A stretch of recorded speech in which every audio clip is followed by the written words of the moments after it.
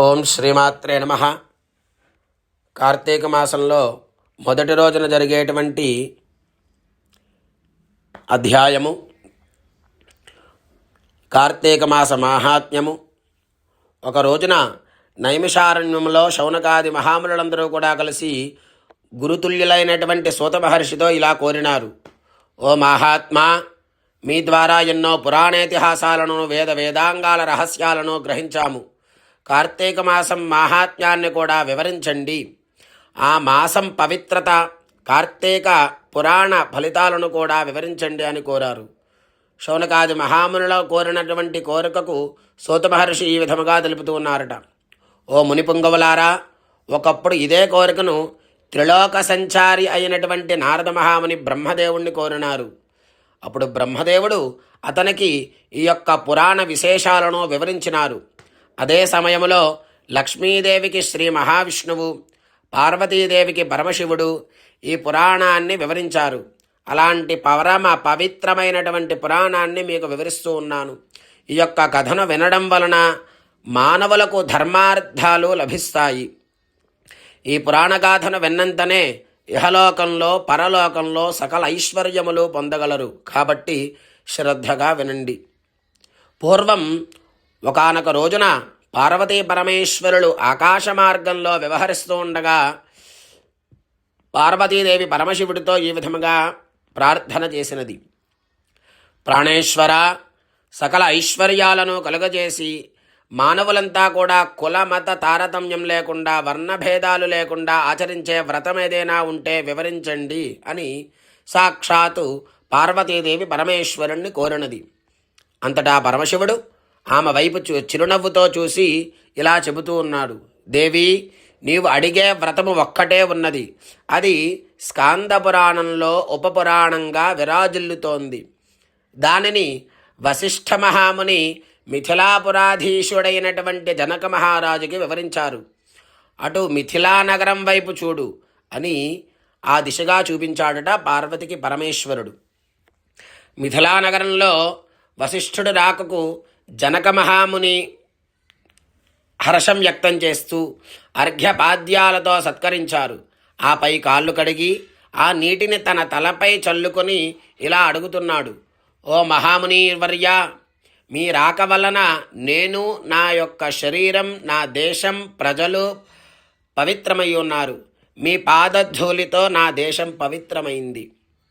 మీరు ఇక్కడకు రావడానికి కారణమేమిటి అని ప్రార్థించగా వశిష్ఠ మహాముని ఈ విధముగా తెలుపుతూ ఉన్నారట: జనక మహారాజా, నేనొక మహాయజ్ఞాన్ని చేయాలి అని నిర్ణయించుకున్నాను. అందుకు కావలసినటువంటి ధన సైన్య సహాయానికి నిన్ను కోరాలని చెప్పి వచ్చినాను.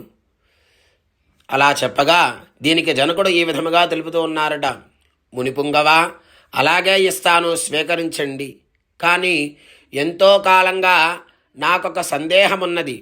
మీలాంటి దైవజ్ఞులైన ఎవరైనా అడిగినటువంటి సంశయం తీర్చుకోవాలని అనుకునేవాడిని. నా అదృష్టం కొద్దీ ఈ యొక్క అవకాశం దొరికింది. ఏడాదిలో మాసాలన్నింటిలో కూడా కార్తీక మాసమే ఎందుకు పరమ పవిత్రమైనది? ఈ నెల గొప్పదనమేమిటి? కార్తీక మాహాత్యాన్ని నాకు వివరిస్తారా అని ప్రార్థించినారట. వశిష్ఠ మహాముని చిరునవ్వుతో నవ్వి: రాజా, తప్పక నీ యొక్క సందేహాన్ని తీర్చగలను. నేను చెప్పబోయేటువంటి వ్రత కథ సకల మానవాళికి ఆచరించదగినది, సకల పాపాలను హరించేది. ఈ కార్తీక మాసం హరిహర స్వరూపం.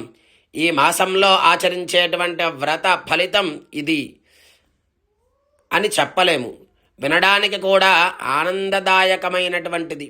అంతేకాదు, ఈ కార్తీక మాస కథను విన్నవారు నరక బాధలు లేకుండా ఈ లోకంలోనూ పరలోకంలోనూ సౌఖ్యంగా ఉంటారు. నీలాంటి సర్వజ్ఞులు ఈ యొక్క కథ గురించి అడిగి తెలుసుకోవడం శుభప్రదం. శ్రద్ధగా ఆలకించు అని తెలిపినారట. కార్తీక వ్రత విధానం: ఓ జనక మహారాజా, ఎవరైనా, ఏ వయసు వారైనా, పేద ధనిక తారతమ్యము లేకుండా కార్తీక మాస వ్రతమును ఆచరించవచ్చును.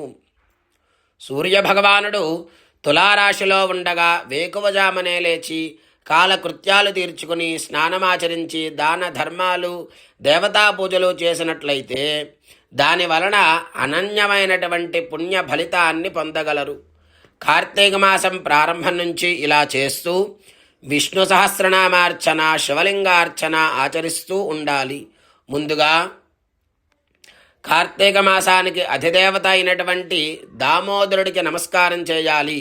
ఓ దామోదరా, నేను చేసే కార్తీక వ్రతానికి ఎలాంటి ఆటంకం రానియకుండా నన్ను కాపాడవయ్యా అని ధ్యానించి ప్రారంభించాలి. వ్రత విధానాన్ని గురించి చెబుతూ ఈ విధముగా తెలుపుతూ ఉన్నారట.